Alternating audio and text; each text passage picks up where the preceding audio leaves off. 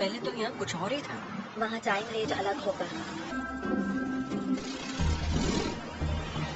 तो मूवी शुरू होती है रेडियो की आवाजों को सुनाते हुए, जहां हम न्यूज पे सुन पाते हैं कि रात को न्यूयॉर्क सिटी में एक बहुत ही भयानक तूफान की वजह से काफी तबाही हुई है। इसी बीच हम दो साइंटिस्ट स्टीवन और माइकल को देखते हैं, जो कि सी साइड विजिट करने के लिए जा रहे थे, क्योंकि वहां पर कुछ अनयूजुअल विटनेस किया गया है। जब वो दोनों वहां पर पहुंचते हैं तो हम देख पाते हैं कि समंदर के किनारे एक बहुत बड़े जायंट की बॉडी पड़ी हुई है। इसको यहाँ सबसे पहले फिशरमैन ने नोटिस किया था। उन्होंने इस बारे में पुलिस को भी इन्फॉर्म किया था, मगर पुलिस को ये सब एक फेक स्टोरी लग रही थी, इसीलिए उन्होंने इस बारे में कोई एक्शन नहीं लिया था। मगर जब लोग यहाँ पर विजिट करने लगे और सोशल मीडिया पर इस बारे में पोस्ट करने लगे तो बहुत से लोग इस जगह को विजिट करने लगे। अब ये दो साइंटिस्ट भी इसी जायंट को देखने यहाँ पर आए थे। स्टीवन जब वहाँ पर पहुँचता है तो वो देखता है कि उस जायंट को देखने के लिए बहुत सारे लोग वहाँ आए हुए हैं, मगर कोई भी उसके पास नहीं जा रहा, क्योंकि सभी उसे डर रहे हैं। स्टीवन उस जायंट के करीब जाता है और उस जायंट को एग्जामिन करने लगता है। स्टीवन कहता है कि जायंट्स की एज का पता करना बहुत ही मुश्किल काम है, मगर इस जायंट को देखकर ऐसा लगता है कि ये एक यंग जायंट था। तब स्टीवन उसे ऑब्जर्व करने लगता है। वो जायंट काफी बड़ा था और उसकी पूरी बॉडी को एक ही बार में ऑब्जर्व करना भी बहुत मुश्किल था। इसका अंदाजा हम इस बात से लगा सकते हैं कि जायंट के हाथ में समुद्र का पानी एक तालाब बन चुका था, जिसमें कि छोटी छोटी मछलियाँ तैर रही थी। स्टीवन उस जायंट को हैरानी से देख रहा था। तब वो वहाँ के लोगों को देखकर कहता है कि ये सब लोग तो इस जायंट की छोटी छोटी कॉपीज हैं। स्टीवन ये सब कुछ सोच ही रहा होता है कि तभी उसकी एक दोस्त उस जायंट पर चढ़ जाती है और फिर वो जंप करके सबको बताती है कि इससे डरने की जरूरत नहीं है, ये एक डेड बॉडी है। इस पर सभी लोग उसे फॉलो करते हुए उस जायंट पर चढ़ने लगते हैं। वहाँ उसके साथ पिक्चर्स बनाते हैं और काफी खुश होते हैं, मगर स्टीवन ना तो उस पर चढ़ रहा था और ना ही उसे टच कर रहा था। दूसरी तरफ स्टीवन के कुलीग उस जायंट के बारे में नोट्स बना रहे थे। हम देखते हैं जैसे ही दिन गुजरता है लोग कम होते जा रहे थे और सभी उस जायंट को देखकर उसके साथ फोटोज लेकर वापस घर जा रहे थे। स्टीवन भी अपनी टीम के साथ वहाँ से चला जाता है और फिर 3 दिन के बाद वहाँ विजिट करता है, क्योंकि उसे उस जायंट में क्यूरियोसिटी थी। उसका कहना था कि ये जायंट जिंदा लोगों से कहीं ज्यादा जिंदा है। वहाँ पहुँचकर वो देखता है कि कुछ बच्चे उस जायंट पर स्लाइड कर रहे हैं और कुछ आदमी उस जायंट को काटने की बातें कर रहे थे। तब स्टीवन आज देर तक वहाँ रुकने का सोचता है ताकि जायंट के साथ कुछ ज्यादा टाइम स्पेंड कर सके, मगर जैसे ही वो जायंट के पास आता है तो वो नोटिस करता है कि वो जायंट डिके होने लगा है और उसका हर एक बॉडी पार्ट अब काफी अजीब दिख रहा था। यहाँ पर स्टीवन उस जायंट के कान पर एक लड़की को भी नोटिस करता है, जो कि जायंट के कान को एक चेयर की तरह यूज करके वहाँ पर बुक पढ़ रही थी। स्टीवन नोटिस करता है कि वक्त गुजरने के साथ उस जायंट की यूथ भी कम होती जा रही है, क्योंकि वो डिके हो रहा था। उसके टिश्यूज डिके होने की वजह से उसकी बॉडी भी खराब हो रही थी। स्टीवन यहाँ पर जायंट के फेस पर एक इंसेक्ट को नोटिस करता है, जो कि उसके मुंह की तरफ ही जाने वाला था। तब स्टीवन सोचता है कि जब तक ये इंसेक्ट इसके मुंह में जाएगा तब तक ये जायंट डिके हो चुका होगा।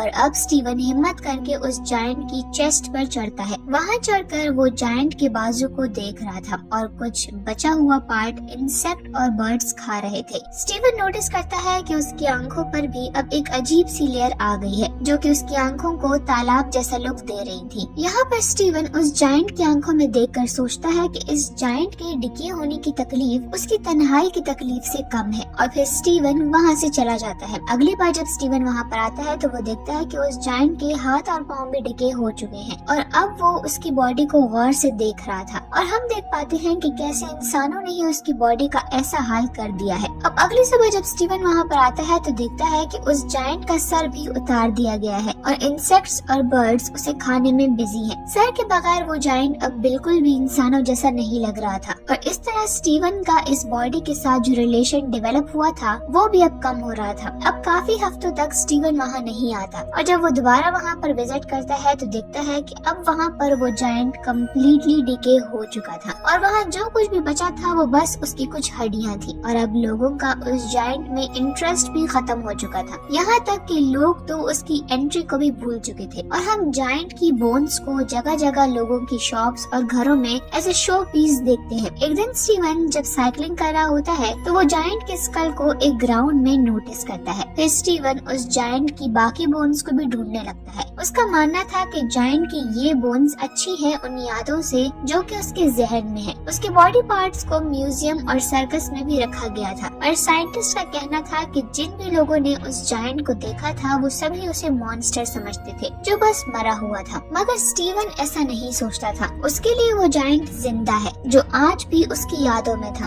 एक दिन स्टीवन सपने में भी उस जायंट को देखता है कि कैसे वो जायंट शहर में जगह जगह अपने बॉडी पार्ट्स को कलेक्ट करता है वापस समंदर में जाने के लिए। तो यहाँ पर इस मूवी का एक डीप मीनिंग है जो कि इंसानी लाइफ से रिलेटेड है। जैसे इंसान जब इस दुनिया में आता है तो अपनी एबिलिटीज, अपनी लुक्स, अपनी पर्सनालिटी से लोगों को अट्रैक्ट करता है, कनेक्शंस बनाता है और दूसरों के लिए जीता है, बिल्कुल इस जायंट की तरह। जैसे वो किनारे पर आया तो सभी लोग उसकी तरफ अट्रैक्ट हुए, लेकिन जैसे ही टाइम गुजरता गया लोग उसकी एग्जिस्टेंस को ही भूल गए, बिल्कुल इंसानों की तरह। जब कोई इंसान मरता है लोग उसके जाने पर रोते हैं, गम मनाते हैं, मगर फिर बहुत जल्दी उसे भूल भी जाते हैं और अपनी लाइफ में बिजी हो जाते हैं। किसी को याद भी नहीं रहता कि ऐसा कोई इंसान भी था। अब हम चलते हैं अपनी दूसरी स्टोरी की तरफ।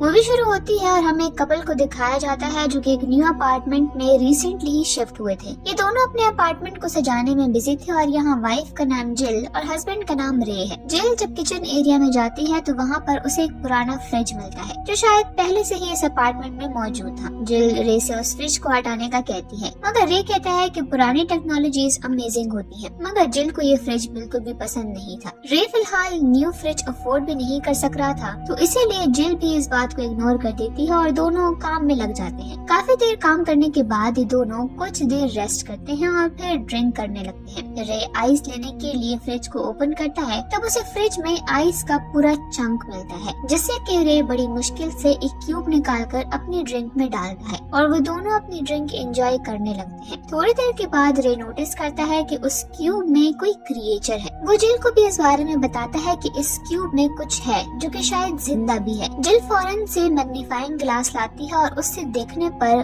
वो आइस क्यूब में एक छोटा सा क्रिएचर नोटिस करते हैं। वो दोनों उस छोटे क्रिएचर को देखकर काफी हैरान और कंफ्यूज थे और वो नोटिस करते हैं कि उस क्रिएचर को हंट किया गया है क्योंकि उन्हें उसकी बॉडी में स्पेयर यानी कि भाले नजर आते हैं, जिससे कि वो और भी परेशान हो जाते हैं। और अब वो दोनों किसी तरह बाहर की बर्फ को हटाते हैं और अंदर देखने पर वो बिल्कुल हैरान रह जाते हैं क्योंकि अंदर एक पूरी इंसानों की सिविलाइजेशन थी। बस फर्क इतना था कि वो एक्सट्रीमली स्मॉल साइज के थे और इनकी इस दुनिया में टाइम भी बहुत जल्दी गुजर रहा था। रियल वर्ल्ड में अगर एक सेकंड गुजर रहा था तो वहाँ पर एक पूरा वीक। और जिल और रे ये देखकर बहुत ही हैरान थे कि आखिर ऐसा कैसे हो सकता है। अब यहाँ इस फ्रिज के अंदर जो लोग थे वो भी इन दोनों को देख रहे थे क्योंकि वो सब इनके आगे बहुत छोटे थे, तो इसीलिए वो उन्हें जायंट समझ रहे थे, मगर लोगों को उनके वहाँ होने से कोई प्रॉब्लम नहीं थी। अब यहाँ पर जिल उस क्रिएचर को जो कि उन्हें आइस क्यूब में मिला था उसे वो वहाँ पर गमले में दफना देते हैं, जिस पर के जिल उसका मजाक बनाती है। अब थोड़ी देर के बाद जब वो दोबारा फ्रिज खोलते हैं तो देखते हैं कि उस फ्रिज में टाइम मिडिल एज से मॉडर्न एज में आ गया था, यानी कि वक्त इतनी जल्दी इतना ज्यादा गुजर गया था कि इतनी जल्दी एवोल्यूशन हो गई है, जबकि वो थोड़े से टाइम के लिए फ्रिज से दूर गए थे, मगर उस शहर में सदियां गुजर गई थी और कुछ ही टाइम में वहाँ पर बड़ी बड़ी बिल्डिंग्स भी बन गई थी। अब ये देखकर रे बहुत ही उदास था क्योंकि वो उस टाइम को मिस कर रहा था जो कि उन्होंने स्टार्ट में देखा था। रे ये भी सोच रहा था कि आखिर ये फ्रिज के लोग उनके बारे में क्या सोचते होंगे, क्या वो उन्हें गॉड समझते होंगे।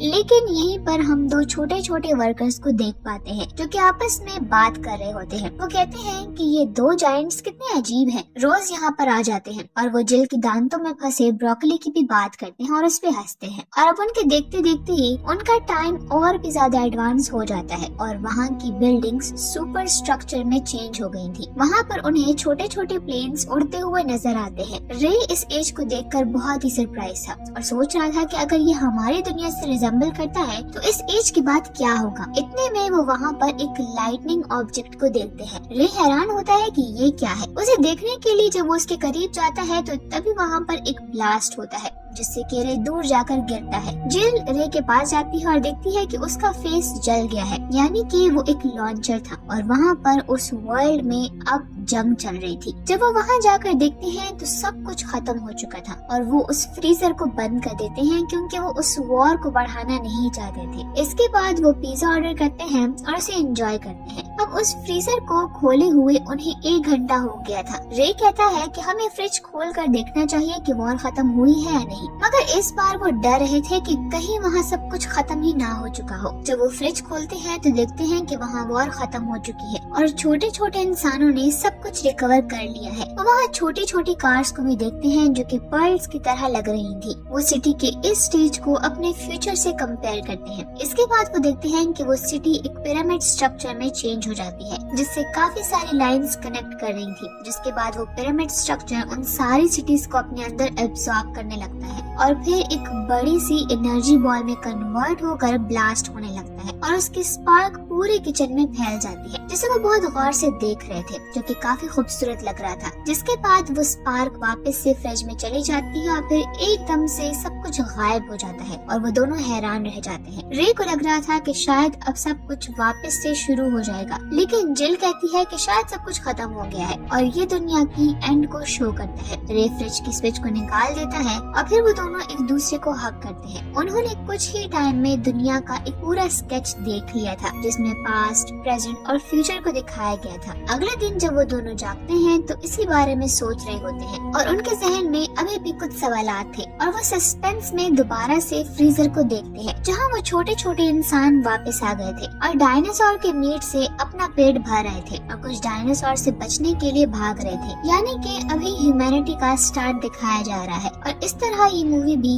यहीं पर एंड हो जाती है। तो ये मूवी हमें इस दुनिया की क्रिएशन, एवोल्यूशन और एंडिंग के बारे में बताती है और इसमें सारा प्रोसीजर काफी अच्छे से एक्सप्लेन किया गया है।